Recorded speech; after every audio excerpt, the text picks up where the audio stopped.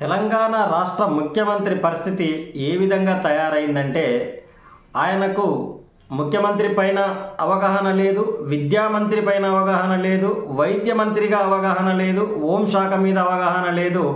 ఇలా ఏ శాఖలోనైనా సరే ఆయనకు అవగాహన పరిపక్వత రెండూ లేకపోవడం వల్ల ఏదో ఒకటి మాట్లాడడం జరుగుతుంది ఎప్పుడు.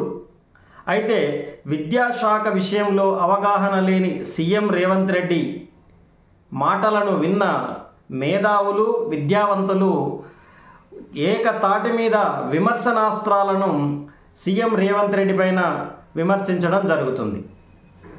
దీనివల్ల సీఎం రేవంత్ రెడ్డి ఇప్పటికైనా మేల్కొని ఆయా శాఖలను దానికి పరిజ్ఞానం ఉన్న ఎమ్మెల్యేలకు అంటగడితే వాళ్ళైనా సరే ఆ శాఖలలో పురోగతి తీసుకొచ్చే ప్రయత్నం చేస్తారు.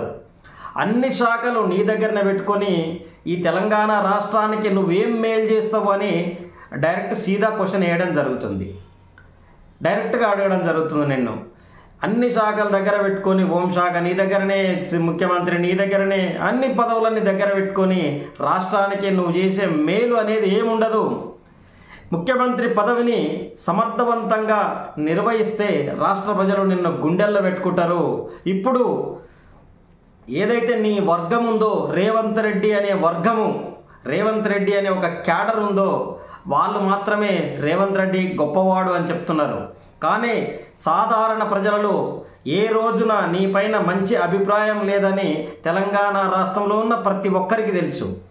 ప్రజల కోసం చేసేవాడికి ఎవరైనా సరే ప్రజల కోసం చేసే వ్యక్తి పైన, ప్రజల కోసం చేసే ముఖ్యమంత్రి పైన ప్రజలకు మంచి అభిప్రాయం ఏర్పడుతుంది. కానీ సీఎం రేవంత్ రెడ్డి ప్రజల కోసం, ప్రజల మంచి కోసం ఎటువంటి కార్యక్రమాలు చేపట్టలేదు, చేయలేదు.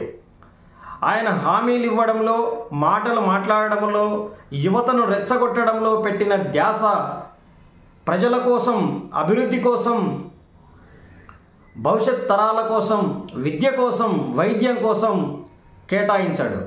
ఒక సంఘటన గుర్తు చేసుకుందాము. మొన్న వరంగల్లో మెడికవర్ అనే హాస్పిటల్ని ఓపెన్ చేస్తూ వైద్య రంగాన్ని అభ్యున్నతి చేస్తామంటావు. ప్రభుత్వ హాస్పిటళ్లను మరుగున పెట్టి ప్రైవేటు హాస్పిటళ్లను పెంచి పోషించడం వల్ల వైద్య రంగం అభివృద్ధి అయినట్ట ముఖ్యమంత్రి రేవంత్ రెడ్డి? నీకు అవగాహన నుండి మాట్లాడుతున్నావా, లేక మాట్లాడుతున్నావా అనేది సీదా క్వశ్చన్ నేను వేయడం జరుగుతుంది. ప్రభుత్వ హాస్పిటళ్ళనే, ప్రభుత్వ రంగానికి సంబంధించిన హాస్పిటళ్లను డెవలప్ చేసి సాధారణ ప్రజలకు ఉచితంగా వైద్యం అందించినప్పుడు అప్పుడు ఏదైతే మేలు జరుగుతుందో ప్రజలకు, ఆ మేలుని అభివృద్ధిగా మనం ప్రకటించుకోవాల్సిన అవసరం ఉంటుంది. కానీ ప్రైవేటు రంగ హాస్పిటళ్లను డెవలప్ చేసి వాళ్లకు లేనిపోని రుద్ది వాళ్ళ వల్ల ప్రజల రక్తమాంసాలు పీల్చుక తాగితే అది ఎలా అభివృద్ధి అవుతుంది అని మళ్ళొక క్వశ్చన్ నేను సూటిగా అడుగుతున్నా.